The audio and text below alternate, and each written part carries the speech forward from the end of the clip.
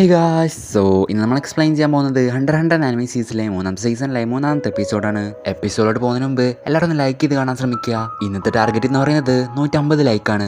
And guys, ഈ ഒരു എപ്പിസോഡിൽ ഫാൻ ഡ്രോപ്പ് എന്ന ഗുണ്ടാ സംഘത്തിലെ എല്ലാ ആൾക്കാരുടെ ഫേസും അവർക്ക് എന്താണ് വേണ്ടത് എന്നുള്ളതൊക്കെ കൃത്യമായിട്ട് ഈ ഒരു എപ്പിസോഡിൽ കാണിക്കുന്നുണ്ട്. സോ എല്ലാവരും അവസാനം വരെ കാണാൻ ശ്രമിക്കുക. അങ്ങനെയാണെങ്കിൽ കഴിഞ്ഞ എപ്പിസോഡിന്റെ ലാസ്റ്റ് നമ്മൾ കണ്ടതെന്ന് വെച്ചാൽ കിൽവയുടെ ബ്രദറായിട്ടുള്ള മിലിക്ക് അയച്ച ആ ഒരു പരുന്നിന്റെ മേലെയുള്ള ആ ഒരു മെസ്സേജ്, അതായത് ഗ്രീഡ് ഐലൻഡ് എന്ന് പറയുന്ന ആ ഒരു ഗെയിമില്ലേ, അതിനെപ്പറ്റി ഇവർക്ക് ഒരു ഇൻഫോർമേഷൻ കിട്ടുന്ന ഒരു വെബ്സൈറ്റ് ഉണ്ട്. ആ ഒരു വെബ്സൈറ്റിന്റെ ലിങ്ക് ആണ് മിൽക്കി പോക്കിൽവക്ക് അയച്ചു കൊടുത്തിരിക്കുന്നത്. സോ ഇനി ഇവർക്ക് വേണ്ടത് ഗ്രീഡ് ഐലൻഡ് എന്ന് പറയുന്ന ആ ഒരു ഗെയിമിനെ പറ്റിയുള്ള ഇൻഫർമേഷൻ ആണ്. അതിനായി ഇവർ പബ്ലിക്കായിട്ട് കമ്പ്യൂട്ടർ യൂസ് ചെയ്യാൻ പറ്റുന്ന ഒരു സ്ഥലത്തോട്ട് പോവുകയും അവിടുത്തെ ഒരു കമ്പ്യൂട്ടറിൽ നിന്ന് ഈ ഒരു വെബ്സൈറ്റ് ഓപ്പൺ ആക്കുകയും ചെയ്യുന്നു. ശരിക്കും പറഞ്ഞാൽ ഈ ഒരു വെബ്സൈറ്റ് ഹണ്ടേഴ്സിന് മാത്രം ഉപയോഗിക്കാൻ പറ്റുള്ളൂ. പിന്നെ ഈ ഒരു വെബ്സൈറ്റിൽ ലോകം മുഴുവനുള്ള ഹണ്ടേഴ്സും ഈ ഒരു വെബ്സൈറ്റിൽ നിന്നാണ് ഇൻഫർമേഷൻ കളക്ട് ചെയ്യുന്നതും ഇടുന്നതൊക്കെ. അങ്ങനെ നമ്മളെ ഗോൺ ആണെങ്കിൽ ഈ ഒരു വെബ്സൈറ്റ് ഓപ്പൺ ആക്കിയപ്പോൾ തന്നെ ഇവർക്ക് കാണുന്നത് ഗോണിന്റെ ഹണ്ടർ ലൈസൻസ് സ്വൈപ്പ് ചെയ്യാൻ പറയുന്ന ഒരു ഇന്റർഫേസ് ആണ്. പിന്നെ ലൈസൻസ് കോഡ് അടിക്കാനും പറയുന്നുണ്ട്. സോ അതൊക്കെ പറഞ്ഞ പ്രകാരം ഗോണ് അതൊക്കെ ചെയ്തു കൊടുക്കുന്നൊക്കെ ഉണ്ട്. അങ്ങനെ അതിനുശേഷം വരുന്നതെന്ന് വെച്ചാൽ ഒരു നോർമൽ ബിയർ ഷോപ്പ് ആണ്.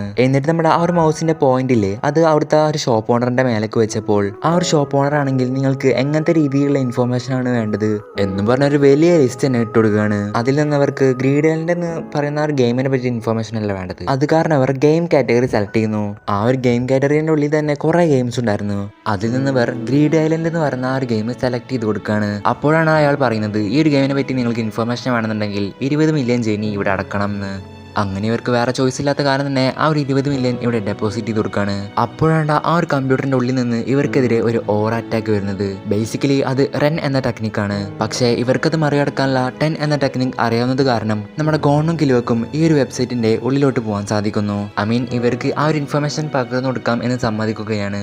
എന്നിട്ട് ഈ ഒരു ഗെയിമിനെ പറ്റിയുള്ള ഇൻഫർമേഷൻ പറയാൻ തുടങ്ങുകയാണ്. ആദ്യം തന്നെ പറയുന്നത്, ഗ്രീഡ് ഐലൻഡ് എന്ന് പറയുന്ന ഈ ഒരു ഗെയിം ഉണ്ടാക്കിയിരിക്കുന്നത് കുറെ ഹൈലി സ്കിൽഡ് ആയിട്ടുള്ള നെൻ യൂസേഴ്സ് ചേർന്നിട്ടാണ്. നിങ്ങൾ എപ്പോൾ നിങ്ങളുടെ ഗെയിം സ്റ്റാർട്ട് ചെയ്യുന്നു അപ്പോൾ അവർ യൂസ് ചെയ്ത ആ ഒരു നെന്ന് അവിടെ ആക്ടിവേറ്റ് ആവും. എന്നിട്ട് നിങ്ങളെ ആ ഒരു ഗെയിമിന്റെ ഉള്ളിലോട്ട് വലിക്കുകയും ചെയ്യും. എന്നിട്ട് ആ ഒരു ഗെയിമിന്റെ ഉള്ളിൽ എത്ര കാലം നിങ്ങൾക്ക് ജീവനോടെ ഇരിക്കാൻ സാധിക്കുന്നു അത്ര നാൾ നമുക്ക് ഈ ഒരു ഗെയിം കളിക്കാൻ സാധിക്കും. സോ നമ്മൾ ആ ഗെയിമിന്റെ ഉള്ളിൽ നിന്ന് മരിക്കുകയാണെങ്കിൽ നമ്മൾ റിയൽ ലൈഫിലും മരിക്കും. പിന്നെ പറയേണ്ടതില്ലല്ലോ, നമ്മൾ ആ ഗെയിമിന്റെ ഉള്ളിൽ നിന്ന് മരിക്കുകയാണെങ്കിൽ അതിനർത്ഥം നമ്മൾ ആ ഗെയിമിൽ നിന്ന് ഔട്ടായെന്നാണ്. പിന്നെ യോക്ക് സിറ്റിയിൽ വെച്ച് നടക്കുന്ന ആ ഒരു ഓപ്ഷനിൽ, അതായത് ഒരു വലിയ ലേലമിടിയിൽ ഈ ഒരു ഗെയിമിന്റെ കുറെ കോപ്പീസ് വിൽക്കുന്നുണ്ട്. പക്ഷേ ആകെ ഒരു പ്രശ്നം എന്താണെന്ന് വെച്ചാൽ ഈ ഒരു കോപ്പി മേടിക്കാനായിട്ട് ഏറ്റവും കുറഞ്ഞ വില എന്ന് വെച്ചാൽ 8.9 ബില്യൺ ജെനിയാണ്. ഇത് കേട്ടതും ഇവർ ആകെ ഞെട്ടിപ്പോവാണ്. കാരണം ആദ്യം ഇവർ ഈ ഗെയിമിനെ പറ്റി അന്വേഷിച്ചപ്പോൾ 5 ബില്യൺ എന്നാണ് പറഞ്ഞത്. പക്ഷേ ഇപ്പോ 3 മില്യൺ കൂടി ഇൻക്രീസ് ആയിട്ടുണ്ട്. സോ ഇത്രയ്ക്ക് ഇൻഫർമേഷൻ ആണ് ഇവർക്ക് ഈ ഒരു വെബ്സൈറ്റിൽ നിന്ന് അറിയാൻ സാധിക്കുന്നത്. അങ്ങനെ ഇവർ ആ ഒരു വെബ്സൈറ്റിൽ നിന്ന് തിരിച്ചെത്തിയപ്പോൾ ഗോൺ കിലോയുടെ അടുത്ത് ചോദിക്കുകയാണ്, നമുക്ക് എന്തുകൊണ്ട് ഓപ്ഷനിൽ പങ്കെടുത്തുകൂടാന്ന്. അപ്പൊ കിലോ പറയാണ്, നീ എന്താണ് ഈ പറയുന്നത്? അവർ തുടങ്ങുന്നത് തന്നെ 8.9 ബില്യൺ ജെനിക്കാണ്. അതൊന്നും നമ്മളെ കൊണ്ട് കൂട്ടിയാൽ കൂടില്ല എന്നൊക്കെ തന്നെ പറഞ്ഞു നിൽക്കാണ്.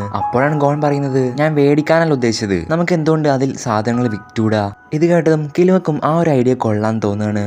എന്നിട്ട് ഇവർ രണ്ടുപേരും കുറെ ട്രഷേഴ്സ് ഒക്കെ കണ്ടുപിടിക്കാൻ തീരുമാനിക്കുകയാണ് ഈ ഒരു ഓപ്ഷനിൽ വെക്കാൻ വേണ്ടിയിട്ട്. നമ്മൾ ഹെവൻ സാറിനിൽ നിന്ന് സമ്പാദിച്ച 800 മില്യൺ ജെനി ഈ ഒരു ട്രഷർ കണ്ടുപിടിക്കാനായി ഉപയോഗിക്കാമെന്ന് കിലുവ പറയാണ്. പിന്നെ നിങ്ങൾ വേറൊരു കാര്യം ഓർക്കണം, നമ്മളെ ലോകം മുഴുവൻ പോപ്പുലേഷൻ നോക്കുകയാണെങ്കിൽ 8 ബില്യൺ ജനങ്ങളാണുള്ളത്. അങ്ങനെ ഇരിക്കുമ്പോൾ അതിനേക്കാൾ കൂടിയ 8.9 ബില്യൺ ജെനിയാണ് ഈ ഒരു ഗെയിമിന്റെ വില എന്ന് പറയുന്നത്. പക്ഷേ ഇവരുടെ കയ്യിൽ ആകെ ഇപ്പോൾ ഉള്ളത് 800 മില്യൺ ജെനി മാത്രമാണ്. ഇനി ഇവർക്ക് ആ ഒരു ഗെയിം മേടിക്കാനായി അത്രയും പണം ഉണ്ടാക്കാൻ സാധിക്കുമെന്ന് നമുക്ക് കാത്തിരുന്ന് കാണാം. അങ്ങനെ ഇവർ ഓപ്ഷനിൽ വെക്കാൻ വേണ്ടിയിട്ട് കുറെ ട്രഷേഴ്സ് ഓരോ വെബ്സൈറ്റിൽ കയറി നോക്കിക്കൊണ്ടിരിക്കുന്നുണ്ട്. അതിനുശേഷം നമ്മൾ കാണുന്നത് കുറച്ച് സമയം കഴിഞ്ഞതിന് ശേഷം ഗോണും കിലുവയും പുറത്തു വന്നിരുന്നിട്ട് പരസ്പരം സംസാരിക്കുന്നതാണ്. നമ്മുടെ കയ്യിൽ ഇനി എത്ര പൈസ ബാക്കിയുണ്ട്? രണ്ടുപേരും കൂട്ടി 10 മില്യൺ മാത്രം. ഞാൻ അപ്പോഴേ നിന്നോട് പറഞ്ഞതാ, വിശ്വസിക്കാൻ പറ്റുന്ന സൈറ്റിൽ മാത്രം കയറിയാൽ മതിയെന്ന്. ഇനിയിപ്പോൾ ഞാൻ എന്ത് ചെയ്യാനാ? ഞാൻ വിചാരിച്ച് കുറച്ച് ലാഭം കിട്ടണമെന്നുണ്ടെങ്കിൽ നല്ല റിസ്ക് ഉള്ള സൈറ്റിൽ കയറണമെന്ന്. അതിനുശേഷം നമ്മൾ കാണുന്നത് കുറാബിക്ക വർക്ക് ചെയ്യുന്ന ആ ഒരു മാൻഷനാണ്. അവിടെ നിന്ന് ഇവരുടെ ബോസ് ഇവരോട് ചോദിക്കുകയാണ്, എല്ലാവരും നിങ്ങൾ കൊടുന്ന എല്ലാ സാധനങ്ങളും ഇവിടെ കാണിക്കണമെന്ന്. ശരിക്കും സംഭവം എന്ന് വെച്ചാൽ ഇവരോട് ഈ ഒരു ജോലിക്ക് കയറണമെന്നുണ്ടെങ്കിൽ ഞാൻ പറയുന്ന ലിസ്റ്റിൽ നിന്ന് ഏതെങ്കിലും ഒരെണ്ണം കൊണ്ടുവരണം എന്ന് പറഞ്ഞിട്ടുണ്ടാവില്ലേ. സോ ആ ഒരു ലിസ്റ്റിൽ നിന്ന് ഇവർ 4 പേരും ഓരോരോ ഐറ്റംസ് കൊണ്ടുവന്നതാണ് നമ്മൾ പിന്നീട് കാണുന്നത്. സോ ഇവരെല്ലാവരും ഓരോ ഐറ്റംസ് വെച്ച് കൊടുക്കുന്ന കാരണം തന്നെ ഇവരുടെ ഹെഡ് ഇവരോട് പറയാണ്, നിങ്ങളെല്ലാവരും ഇപ്പോൾ ഈ ഒരു ജോലിക്ക് തിരഞ്ഞെടുത്തിട്ടുണ്ട്. ഞാനാണ് ഡാൽസോൾ അല്ലേ, ഞാനാണ് ഇവിടുത്തെ ബോഡി ഗാർഡ്സിന്റെ ഹെഡ്. നമുക്കിവിടെ സംസാരിച്ചിരിക്കാൻ സമയമൊന്നുമില്ല, എത്രയും പെട്ടെന്ന് നമുക്ക് അടുത്ത വർക്ക് ചെയ്യാനുണ്ട്. നിങ്ങളുടെ ജോലി എന്ന് പറയുന്നത് നമ്മുടെ ബോസിനെ യോക്ക് സിറ്റിയിലുള്ള ഒരു ബിൽഡിങ്ങിന്റെ റൂമിലേക്ക് സുരക്ഷിതമായി മാറ്റുക എന്നതാണ്. ഒരു പ്രൈവറ്റ് എയർക്രാഫ്റ്റ് നിങ്ങളെ യോക്ക് സിറ്റിയിലുള്ള ഒരു എയർപോർട്ടിലേക്ക് എത്തിക്കും. അപ്പോൾ നിങ്ങളുടെ ജോലി എയർപോർട്ടിൽ നിന്ന് ഹോട്ടലിലേക്കുള്ള യാത്രയായിരിക്കും. അതിനുവേണ്ടി ഒരു സ്പെഷ്യൽ കാറൊക്കെ ഏർപ്പാടാക്കിയിട്ടുണ്ട്. നിങ്ങൾ 4 പേരും പുറത്തുനിന്ന് ഒരു സംരക്ഷണം നൽകണം. നമ്മുടെ ജോലി എന്ന് പറയുന്നത് ആരാണെങ്കിലും എവിടെ നിന്നാണെങ്കിലും എങ്ങനെയാണെങ്കിലും നമ്മുടെ ബോസിനെ പ്രൊട്ടക്ട് ചെയ്യുക എന്നത് മാത്രമാണ്. എന്നിട്ട് ഞാൻ നിങ്ങളെ ബോസിൻ്റെ അടുത്ത് കൊണ്ടുപോവാ എന്നും പറഞ്ഞ് എന്നിട്ട് ആ ഒരു ബോഡി ഗാർഡിന്റെ തലവനായിട്ടുള്ള ഡൾസോളനെ ഫോളോ ചെയ്ത് പോകാൻ പറയുന്നു. അങ്ങനെ അവർ കുറച്ചു നേരം നടന്നതിന് ശേഷം ആ ഒരു ബോസ് ഇരിക്കുന്ന ആ റൂമിന്റെ മുമ്പിലെത്തുന്നു. അവിടെ എത്തിയതിനു ശേഷം ഞാൻ പുതിയ 4 ബോഡി ഗാർഡ്സിനെ കൊണ്ടുവന്നിട്ടുണ്ട് എന്ന് ഉറക്കെ വിളിച്ചു പറയാണ്. അപ്പോൾ ഒരു ലേഡി വന്നിട്ട് ആ ഒരു വാതിൽ തുറന്നു കൊടുക്കാണ്. അങ്ങനെ ആ ഒരു വാതിൽ തുറന്ന് മുന്നോട്ട് നടന്നുകൊണ്ടിരിക്കുന്ന സമയത്താണ് ഇവരുടെ മുന്നിലായിട്ട് ഒരു ബെഡ് ഉണ്ടായിരുന്നു. ആ ഒരു ബെഡിലാണെങ്കിൽ ഒരു അത്യാവശ്യം പ്രായം കുറഞ്ഞ ക്യൂട്ടായിട്ടുള്ള ഒരു ലേഡി ഉണ്ടായിരുന്നു. ആ ഒരു ലേഡി ചൂണ്ടിക്കാണിച്ച് നമ്മളെ ബോഡി ഗാർഡ്സിന്റെ ഹെഡ് പറയാണ്, ഇതാണ് നമ്മുടെ ബോസ് നിയോൺ. ഇത് കേട്ടതും കുറാപ്പിക ഉൾപ്പെടെ അവിടെ നടന്ന 4 ആൾക്കാരും ഞെട്ടുകയാണ്. ഈ ഒരു ബോസിന് വേണ്ടിയായിരിക്കും ഇനി അവർ അങ്ങോട്ട് വർക്ക് ചെയ്യേണ്ടി വരിക എന്നറിഞ്ഞ് ഇവർക്ക് ആകെ അത്ഭുതം തോന്നുകയാണ്. അതിനുശേഷം നമ്മൾ കാണുന്നത് ഇതുവരെ ഇവരുണ്ടായിരുന്ന സ്ഥലത്ത് നിന്ന് യോഗ്നോ സിറ്റിയിലേക്ക് എയർപോർട്ടിലേക്ക് ഒരു എയർക്രാഫ്റ്റ് വഴി പോകുന്നതാണ്. അങ്ങനെ ഫൈനലി ഫാൻഡം ട്രൂപ്പ് എന്ന ഗുണ്ടാ സംഘത്തിലെ എല്ലാ ക്യാരക്ടേഴ്സിനും നമ്മളിപ്പോൾ ഇൻട്രൊഡ്യൂസ് ചെയ്യാൻ പോവുകയാണ്. ആദ്യം തന്നെ ഒരു വിജനമായ സ്ഥലത്ത് നിന്ന് കോട്ടൊക്കെ ഇട്ട് ഒരു ബുക്കൊക്കെ വായിച്ചിരിക്കുന്ന ഒരാളെയാണ് നമ്മൾ കാണുന്നത്. അയാളാണ് ഈ ഒരു ഫാൻഡം ട്രൂപ്പ് എന്ന ഗുണ്ടാ സംഘത്തിലെ ബോസ്. അയാളുടെ തൊട്ടടുത്തായിട്ട് തന്നെ വേറെ 2 ആൾക്കാരുണ്ടായിരുന്നു. അതിൽ ലെഫ്റ്റിൽ നിൽക്കുന്ന ആളെ പേര് ഫിങ്സ് എന്നും മറ്റാളെ പേര് ഷൾനാർക്ക് എന്നുമാണ്. പിന്നെ ഞാൻ വേറൊരു കാര്യം പറയാൻ പറ്റുപോയി, ഈ ഒരു ഫാൻഡം ട്രൂപ്പ് എന്ന ഗുണ്ടാ സംഘത്തിലെ എല്ലാ ക്യാരക്ടേഴ്സിനും എന്റേതായ ഒരു റേറ്റിംഗ് ഞാൻ കൊടുക്കുന്നുണ്ട്. അതായത് അവർക്ക് ഈ ഒരു ആർക്കിൽ എത്ര ഇമ്പോർട്ടൻസ് ഉള്ളതും പിന്നെ എനിക്ക് അവരെത്ര ഇഷ്ടപ്പെട്ട് എന്നൊക്കെ കൂട്ടി ജസ്റ്റ് ഒരു റേറ്റിംഗ് കൊടുക്കുന്നുണ്ട് അവർക്ക്. ഇപ്പോൾ ഉദാഹരണത്തിന് എനിക്ക് ഈ ഒരു ഷൾനാർക്ക് എന്ന് പറയുന്ന ക്യാരക്ടറിനെ 5ൽ 3 സ്റ്റാർ കൊടുക്കാനാണ് തോന്നിയത്. ആൻഡ് ഇത് ജസ്റ്റ് എന്റെ മാത്രം റേറ്റിംഗ് ആയിരിക്കും. അങ്ങനെ പെട്ടെന്നാണ് അങ്ങോട്ട് പക്കനോഡ എന്ന് പറയുന്ന ഒരു ലേഡി വരുന്നത്. ശരിക്കും പറഞ്ഞാൽ ഇവരെല്ലാവരും ബാക്കിയുള്ള മെമ്പേഴ്സിനെ വെയിറ്റ് ചെയ്തുകൊണ്ടിരിക്കുകയാണ്. സോ ഇവരിപ്പോൾ ആകെ 3 ആൾക്കാർ മാത്രമേ എത്തിയിട്ടുള്ളൂ. അങ്ങനെ പറഞ്ഞു നിൽക്കുന്ന സമയത്താണ് ബൊണോളനോവ് എന്ന് പറയുന്ന ഒരു മെമ്പർ അങ്ങോട്ട് വരുന്നത്. അവൻ്റെ ഒപ്പം തന്നെ കൊർട്ടോപ്പി എന്ന് പറയുന്ന ഒരു മെമ്പറും അങ്ങോട്ട് വരുന്നുണ്ട്. ഈ ഒരു കൊർട്ടോപ്പിയുടെ എബിലിറ്റി എന്ന് പറയുന്നത് ഒരു കിടിലൻ എബിലിറ്റി തന്നെയാണ്. അങ്ങനെ ഇരിക്കുമ്പോഴാണ് ഒരു ബീസ്റ്റ് കുറേ നാളായാലോ നിങ്ങളെ മുഖം കണ്ടിട്ട് എന്നും പറഞ്ഞ് അങ്ങോട്ട് വരുന്നത്. അവൻ്റെ പേരാണ് ഊവോഗിൻ. എനിക്ക് ഈ ഒരു ആർക്ക് കണ്ടു കഴിഞ്ഞപ്പോൾ ഇവനെയാണ് കൂടുതൽ ഇഷ്ടപ്പെട്ടത്. സോ ഈ ഒരു ഊവോഗിൻ എന്ന് പറയുന്ന മെമ്പർ അങ്ങോട്ട് വന്നപ്പോൾ തന്നെ പറയുന്നത്, ബോസേ ഞാനിപ്പോൾ ഇവിടെ എത്തി, ഇത്തവണ നമ്മളെ ടാർഗറ്റ് ആരാണ്, പെട്ടെന്ന് തന്നെ ഞങ്ങൾക്ക് ഓർഡർ തായോ എന്നൊക്കെ പറഞ്ഞ് ആകെ ബഹളാണ്. അപ്പോഴാണ് ഷൾനാർക്ക് അവനോട് പറയുന്നത്, ഇനിയും നമ്മളിത്തെ കുറെ മെമ്പേഴ്സ് അങ്ങോട്ട് വരാണ്ട്, അവരൊക്കെ വൈകുന്നേരം ആവുന്ന സമയത്തായിരിക്കും എത്തുക. അപ്പോൾ ഓഗിനാണെങ്കിൽ ഒന്ന് നിരാശനായിട്ട് ഇനി ഒരു 2 ദിവസം കൂടി വെയിറ്റ് ചെയ്യണം എന്ന് പറയാണ്. അപ്പോഴാണ് അങ്ങോട്ട് ഒരു ഫീമെയിൽ മെമ്പറായിട്ടുള്ള ഷിസുക്കു അങ്ങോട്ട് വരുന്നത്. ഈ ഒരു മെമ്പറിനെ കണ്ടപ്പോൾ എല്ലാവർക്കും നല്ല സന്തോഷമാണ്. അതിനുശേഷം നമ്മൾ കാണുന്നത് കുറാപ്പിക്കയുടെ ഗ്രൂപ്പും ബോസിനും പ്രൊട്ടക്ട് ചെയ്തുകൊണ്ട് അങ്ങോട്ട് ഒരു എയർഷിപ്പിൽ യോഗ്നോ സിറ്റിയിലേക്ക് എത്തിയതാണ്. ഇനിയിപ്പോൾ ഇവർക്ക് ആകെയുള്ള പണി എന്ന് വെച്ചാൽ ഇവരുടെ ബോസിനെ സേഫ് ആയിട്ട് തന്നെ യോഗ്നോ സിറ്റിയിലെ ഒരു ഹോട്ടലിലേക്ക് എത്തിക്കുക എന്നതാണ്. സോ അങ്ങനെ ഇവർ ഹോട്ടലിലേക്ക് കാറൊക്കെ എടുത്ത് നമ്മുടെ കുറാപ്പിക്കയും ഗ്രൂപ്പൊക്കെ സെക്യൂരിറ്റി ഒക്കെ കൊടുത്തിട്ട് ഹോട്ടലിലേക്ക് നൈസായിട്ട് പോയിക്കൊണ്ടിരിക്കുകയാണ്. അതിനിടയിൽ നിന്നാണെങ്കിൽ ബോഡി ഗാർഡ്സിന്റെ ഹെഡും പിന്നെ നമ്മളെ ബോസും തമ്മിലൊരു കോൺവെർസേഷൻ പിന്നെ നമ്മൾ കാണുന്നത്. അതെന്തെന്ന് വെച്ചാൽ കുറേയധികം ആൾക്കാരുടെ പ്രൊഫൈൽസ് ആണ്. അങ്ങനെ നമ്മളെ ഹെഡ് ആ 2 പ്രൊഫൈൽസ് നോക്കിയിട്ട് പറയാണ്, ഇവർക്ക് 2 പേർക്കും അവരുടെ ഭാവി അറിഞ്ഞാൽ കൊള്ളാം എന്നുണ്ട്. ഇവർ 2 പേരും നിങ്ങളുടെ അച്ഛന് വളരെയധികം വേണ്ടപ്പെട്ടവരാണ്. ഓ അച്ഛനോ? അച്ഛനിപ്പോൾ എന്ത് ചെയ്യണം? അദ്ദേഹത്തിന് ഒരു മീറ്റിംഗ് ഉണ്ടായിരുന്നു. അപ്പോൾ തന്നെ നമ്മളെ ബോസ് ആണെങ്കിൽ തന്റെ അച്ഛനെ വിളിച്ചിട്ട് ഓരോ കാര്യങ്ങൾ തിരിക്കുകയാണ്. അങ്ങനെ ആ ഒരു കോൾ കട്ട് ചെയ്തതിന് ശേഷം നമ്മളെ ബോസ് ആണെങ്കിൽ നല്ല സന്തോഷത്തോടെ എനിക്ക് വേറെ ട്രഷർ കിട്ടി എന്നൊക്കെ പറഞ്ഞ് സന്തോഷിക്കുന്നുണ്ട്. എന്തായാലും എനിക്ക് ട്രഷറൊക്കെ കിട്ടിയതല്ലേ, കാരണം ഇനിയിപ്പോൾ എന്തായാലും ഈ വർക്ക് ചെയ്തേക്കാം എന്നും പറഞ്ഞ് തന്റെ പാനൊക്കെ എടുത്ത് നേരത്തെ കണ്ട 2 പ്രൊഫൈൽസ് ഇല്ലേ, ആ ഒരു പ്രൊഫൈൽസിലേക്ക് എന്തൊക്കെയോ എഴുതാൻ തുടങ്ങുകയാണ്. ശരിക്കും പറഞ്ഞാൽ അത് അവരുടെ ഭാവിയായിരുന്നു. അത് ഒരു കവിത രൂപത്തിലാണ് എഴുതുക. അപ്പോഴാണ് നമുക്ക് മനസ്സിലാവുന്നത് ഈ ഒരു ബോസിന് ഇനി നടക്കാൻ പോകുന്ന സംഭവങ്ങൾ ഒരു കവിത രൂപത്തിൽ എഴുതാൻ സാധിക്കും. ഇത് ഈ ഒരു ബോസിന്റെ എബിലിറ്റി ആയിരുന്നു. അങ്ങനെ ബോഡി ഗാർഡ്സിന്റെ ഹെഡ് കൊടുത്ത എല്ലാ പ്രൊഫൈൽസിന്റെ ഭാവി ഒരു കവിത രൂപത്തിൽ എഴുതിയതിനു ശേഷം എല്ലാവർക്കും കഴിഞ്ഞു എന്ന് പറഞ്ഞിരിക്കുകയാണ്.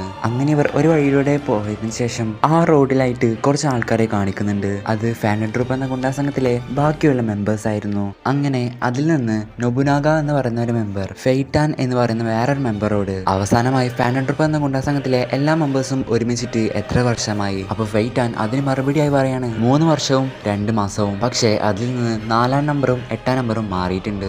അപ്പോഴാണ് വേറൊരു മെമ്പറായിട്ടുള്ള ഫ്രാങ്ക്ലിൻ എന്ന് പറയുന്ന മെമ്പർ മച്ചി എന്ന് പറയുന്ന ഫീമെയിൽ മെമ്പറോട് ഹിസോക്കയെ പറ്റി അന്വേഷിക്കുകയാണ്. മച്ചി എന്ന് പറയുന്ന ലേഡി ആണെങ്കിൽ എനിക്കറിയില്ല എന്നും പറയാണ്. അപ്പൊ ഫെയ്ത്താൻ എന്ന് പറയുന്ന മെമ്പർ പറയാണ്, എനിക്ക് ഹിസോക്കയെ തീരെ ഇഷ്ടമല്ല, നമ്മുടെ ബോസ് എന്തുകൊണ്ടാണ് അവന് ഇഷ്ടമുള്ള പോലെ ചെയ്യാൻ അനുവദിക്കുന്നത്? അവൻ്റെ അത്യാവശ്യം നല്ല കഴിവുണ്ട്. പിന്നെ അവന്റെ ബഞ്ചീകം എന്ന ടെക്നിക്ക് അതും അടിപൊളി തന്നെയാണ്. അതിൽ നിന്ന് ഒഴിഞ്ഞു മാറാൻ കുറച്ച് പ്രയാസപ്പെടേണ്ടി വരും. നീ എന്താണ് ഉദ്ദേശിക്കുന്നത്? അത് കാരണം നമ്മളെ ബോസ് അവനെ പേടിക്കുന്നുണ്ടെന്നാണോ? അങ്ങനെയൊക്കെ പറഞ്ഞ് ഫെയ്ത്താനും നൊബുനാഗയും വഴക്കിടുന്നതിനിടക്ക് ഫ്രാങ്ക്ലിൻ അതിനിടയിൽ കയറി പറയാണ്, നിങ്ങൾ വെറുതെ അവനെ എക്സാജറേറ്റ് ചെയ്യാണ്, അവൻ അത്രക്ക് സ്പെഷ്യൽ ഒന്നുമല്ല. അപ്പൊ നൊബുനാഗ അവനെ എതിർത്തുകൊണ്ട് പറയാണ്, നിന്റെ സംസാരം ഇപ്പോഴും പണ്ടത്തെ പോലെ തന്നെ ചീപ്പാണല്ലേ എന്നൊക്കെ പറഞ്ഞ് രണ്ടുപേരും നടന്നുകൊണ്ടിരിക്കുന്ന സമയത്താണ് പെട്ടെന്ന് ഇവർ രണ്ടുപേരും അവിടെ നിന്ന് ഫൈറ്റ് ചെയ്യാൻ തുടങ്ങുകയാണ്.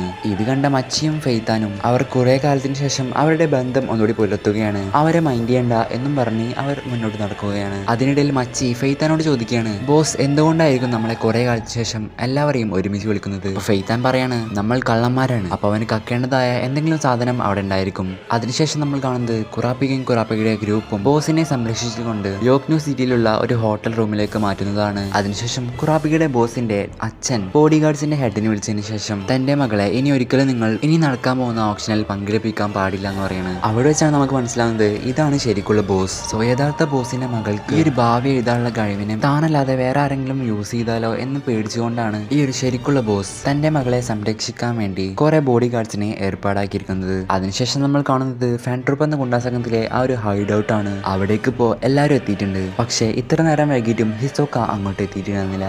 സൂര്യൻ ഏതാണ്ട് ഉദിക്കാനായിട്ടുണ്ടായിരുന്നു. അപ്പോഴാണ് അങ്ങോട്ട് പെട്ടെന്ന് നമ്മളെ ഹിസോക്ക വരുന്നത്. അറിയാത്തവർക്കായി ഞാൻ വേണ്ടി ഒന്നുകൂടി പറയാം, നമ്മുടെ ഹിസോക്കയും ഫാൻഡൻ ട്രൂപ്പിലെ ഒരു മെമ്പറാണ്. അങ്ങനെ എല്ലാവരും അവിടെ എത്തിയതിനു ശേഷം ഷൾനാർക്ക് ബോസിനോട് പറയാണ്, ഇപ്പൊ നമ്മുടെ ടീമിലെ എല്ലാ മെമ്പേഴ്സും എത്തിയിട്ടുണ്ട്, ഇനി എന്താണ് പ്ലാൻ എന്നൊക്കെ ചോദിക്കുകയാണ്. അപ്പോഴാണ് ഓഗിൻ ഇപ്രാവശ്യം നമ്മൾ എന്താണ് കാക്കുന്നത് എന്നൊക്കെ ചാടി കയറി പറയാണ്. അപ്പോഴാണ് ഇവിടെ ബോസ് പറയുന്നത്, നമ്മൾ ഇപ്രാവശ്യം മോഷ്ടിക്കാൻ പോകുന്നത് ഓപ്ഷനിൽ വിൽക്കുന്ന സാധനങ്ങളാണ്. അപ്പൊ ഷൾനാർക്ക് ചോദിക്കുകയാണ്, എങ്ങനത്തെ തരത്തിലുള്ള സാധനങ്ങളാണ്? അപ്പൊ മച്ചി ചോദിക്കുകയാണ്, പണ്ട് കാലത്തുള്ള വല്ല ബുക്കായിട്ടായിരിക്കും, കാരണം ബോസിന് ബുക്കൊക്കെ വായിക്കാൻ നല്ല ഇഷ്ടമല്ലേ. അപ്പൊ ഫെയ്ത്താൻ പറയാണ്, അതൊന്നും ആയിരിക്കില്ല, വല്ല ഗെയിമായിട്ടായിരിക്കും, കുറെ വിലപിടിപ്പുള്ള ഗെയിംസിന്റെ കോപ്പീസ് ഈ ഒരു ഓപ്ഷനിൽ വിൽക്കുന്നുണ്ട്. അപ്പൊ നൊബുനാഗ പറയാണ്, ഇതിനേക്കാൾ എത്ര നല്ലതല്ലേ, നല്ല പ്യൂർ ആയിട്ടുള്ള മെറ്റൽസും രത്നങ്ങളൊക്കെ എടുക്കുന്നത്. അപ്പോഴാണ് ബോസ് പറയുന്നത്, നമ്മൾ എല്ലാതും എടുക്കാൻ പോവാണ്, ഈ ഒരു ഓപ്ഷനിൽ ലേലം വിളിക്കാൻ വെക്കുന്ന എല്ലാ തരത്തിലുള്ള ഐറ്റംസും നമ്മൾ കക്കാൻ പോവുകയാണ്.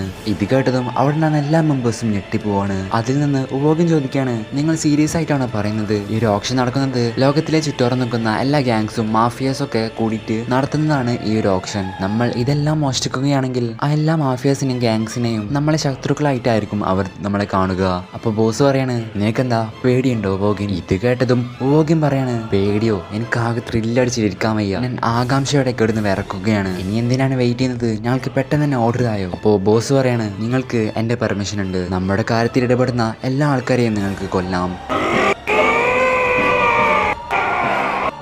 അതിനുശേഷം നമ്മൾ വീണ്ടും കാണുന്നത് കുറാപ്പികയുടെ ആ ഒരു ഗ്രൂപ്പാണ്. അങ്ങനെ ഇവരുടെ ഹെഡ് വന്നിട്ട് പറയാണ്, നിങ്ങളെ അടുത്ത ജോലി ആയിട്ടുണ്ട്, ഞാൻ പറയുന്ന 3 കാര്യങ്ങൾ നിങ്ങൾ ഓപ്ഷനിൽ നിന്ന് ലേലം വിളിച്ച് ജയിക്കണം, പൈസ ഒരു വിഷയമുള്ളതല്ല എന്നും പറഞ്ഞവർക്ക് ഒരു മമ്മിയായും സൺഡ്രിമാച്ച് എന്ന് പറഞ്ഞ ആക്ടർ യൂസ് ചെയ്ത ഒരു ടിഷ്യൂവും പിന്നെ അവസാനമായി കുറാപ്പികയുടെ കണ്ണായ കുർട്ട എന്ന് പറഞ്ഞ ക്ലാൻസിന്റെ കണ്ണ് സ്കാർലറ്റ് ഐസ്. പിന്നെ എനിക്കൊരു ഇൻഫർമേഷൻ കിട്ടിയിട്ടുണ്ട്, ഈ ഒരു നടക്കാനിരിക്കുന്ന ഈ ഒരു ഓപ്ഷനിൽ ഒരു അറ്റാക്ക് വരുന്നുണ്ടെന്ന് ജസ്റ്റ് ഒരു റൂമർ കേട്ടിട്ടുണ്ട്. അപ്പോൾ നിങ്ങൾ എല്ലാത്തിനും റെഡി ആയിട്ടിരിക്കുക.